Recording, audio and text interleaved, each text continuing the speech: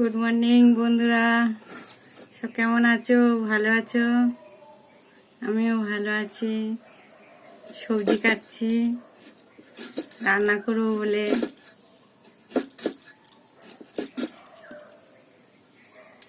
সবজি কাটছি রান্না করবো বলে। আলু ভাজা হবে, একটা জ্যান্ত মাছের ঝোল হবে। রান্না করবো বলে সবজি কাটছি।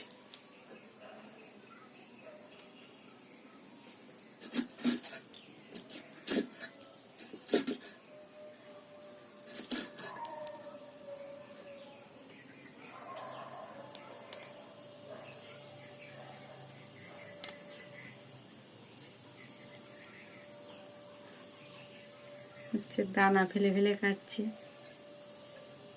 দানা আমরা খাই না।